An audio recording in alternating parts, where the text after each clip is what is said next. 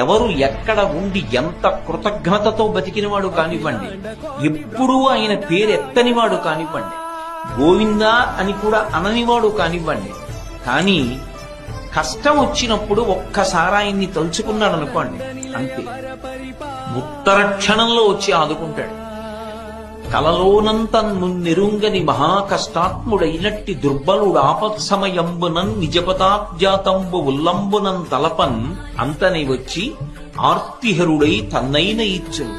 సునిశ్చల భక్తి భావములన్ భజించు వారికిడడే సంపద్విశేషోన్నతులు. కలలో కూడా ఎప్పుడూ వెంకటరమణుణ్ణి తలుచుకోనటువంటి వాడు పరమ కృతజ్ఞుడైనటువంటి వాడు ఆపత్కాలంలో ఏదైనా పెద్ద కష్టం వచ్చి మీద పడిపోయి తన దగ్గర ఉన్నటువంటి ఉపకరణముల చేత తన బుద్ధి చేత తాను తప్పించుకోవడం సాధ్యం కాదు అన్న విషయాన్ని బుద్ధి చేత రూఢం చేసుకుని అప్పుడు ఇక ఆయన తప్ప వేరొక మార్గం లేదు అని మనసులో విశ్వసించి ఒక్కసారి పిలిచినంత మాత్రం చేత పరిగెత్తుకొచ్చి ఆపద తీర్చడం కాదు, తనని తాను కూడా ఇచ్చేసుకుంటాడు. అన్నయ్య